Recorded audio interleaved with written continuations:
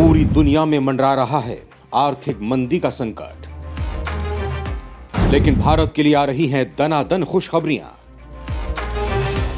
मोदी की जादू की छड़ी कर रही है काम, बाइडेन भी चौंके। भारतीय सैन्य और आर्थिक मोर्चे पर तोड़ रहा है बड़े रिकॉर्ड। दोस्तों, हाल ही में विश्व की बड़ी संस्थाओं ने यह कहा था कि पूरी दुनिया जल्द ही भयंकर आर्थिक मंदी की चपेट में आने वाली है। आर्थिक मंदी मतलब भयंकर महंगाई, हर चीज का भाव सातवें आसमान पर पहुंच जाएगा और आपकी आमदनी बढ़ने के स्थान पर कम या फिर खत्म भी हो सकती है। ऐसी विकट स्थिति के बारे में सोचने पर भी डर लगता है। लेकिन दोस्तों, भारत ने जिस तरह से सैन्य और स्पेस पावर में आश्चर्यजनक रूप से बढ़ोतरी की है, भारत ताकतवर बना है, स्पेस में सफलता के झंडे गाड़ रहा है, वहीं भारत आर्थिक मोर्चे पर भी अपनी स्थिति को सुदृढ़ बनाने के लिए पिछले काफी दिनों से काम कर रहा है। और इसी का नतीजा है कि आज भारत के लिए एक और जहां दनादन खुशखबरियां मिल रही हैं, तो वहीं दूसरी तरफ अमेरिका से लेकर चीन, ब्रिटेन से लेकर रूस और जापान से लेकर साउथ कोरिया, सब के सब आर्थिक मंदी के माया जाल में फंसने जा रहे हैं। अमेरिका ने तो कुछ समय पहले ही यह ऐलान किया था कि वो आर्थिक मंदी की चपेट में है।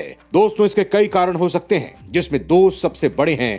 पहला चीन जनित कोरोना वायरस और दूसरा रूस यूक्रेन युद्ध। लेकिन दोस्तों, इन सब के बावजूद भारत में मोदी सरकार ने जिस तरह से अपने फैसलों की बदौलत भारत की इकोनॉमी को बचाने का काम किया है, उसी का नतीजा है कि भारत के लिए एक और जबरदस्त खुशखबरी मिली है, जिसे सुनने के बाद यहां तक कि ब्रिटेन और अमेरिका जैसे संपन्न देश हैरान हैं। क्योंकि दोस्तों, एक लाइन में कहें तो ब्रिटेन में इस वक्त आर्थिक मंदी की घोषणा हो चुकी है, लेकिन भारत में तो आर्थिक मंदी छोड़िए, आर्थिक मोर्चे पर खुशखबरियां मिल रही हैं। तो दोस्तों, आज हम आपको जो खबर बता रहे हैं वो आपका दिन बना देगी, इसीलिए वीडियो को पूरा जरूर देखिएगा। आर्थिक संकट में फंस रहा है पूरा विश्व।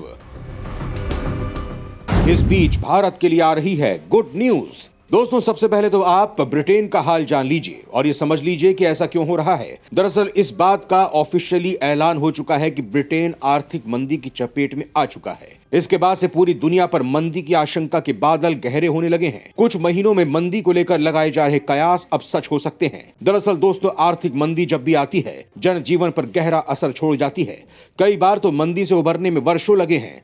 मंदी के आने से किसी भी देश की सिर्फ जीडीपी का साइज ही नहीं घटता, बल्कि लोगों के खर्च में भी भारी इजाफा होता है। महंगाई बढ़ जाती है, कंपनियों की आमदनी घटती है, इसीलिए वो पैसों की बचत के लिए कर्मचारियों को नौकरी से निकालने लगती हैं। इस तरह लोगों की मुश्किलें बढ़ जाती हैं और मंदी अपना गहरा असर छोड़ जाती है।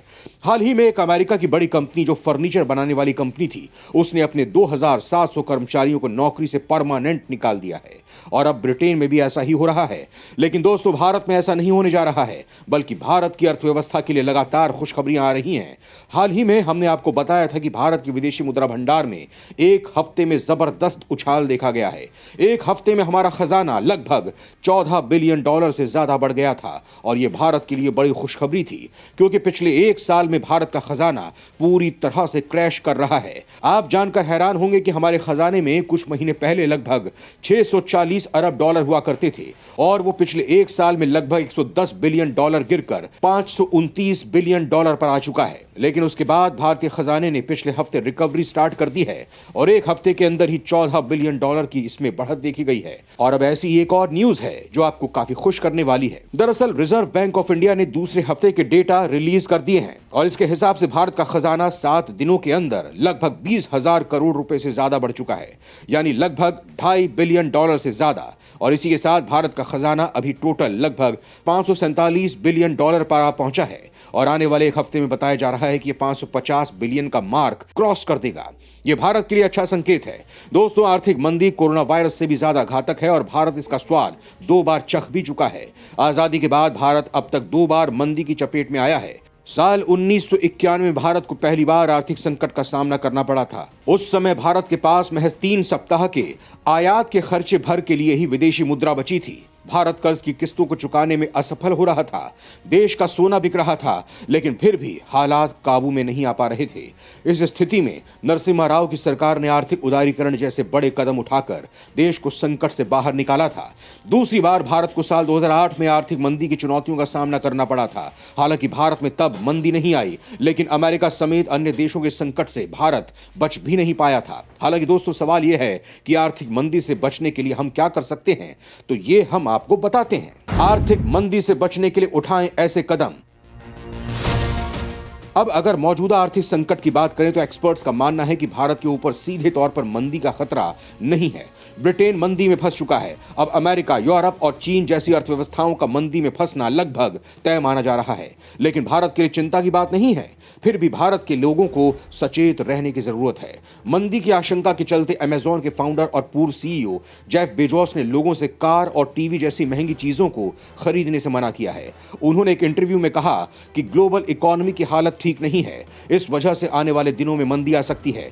बेजोस ने कहा कि मंदी का असर लंबे समय तक रह सकता है, इसीलिए अमेरिका के लोगों को महंगी चीजों को खरीदने से बचना चाहिए। मंदी की आशंका के बीच निवेशकों को गोल्ड में इन्वेस्टमेंट करना चाहिए। कहा जाता है कि सोना संकट का साथी होता है। मंदी के दौर में रियल एस्टेट की वैल्यू गिरती है और अचानक से आए आर्थिक संकट के बीच आपके लिए यह फायदे का सौदा नहीं साबित होगा।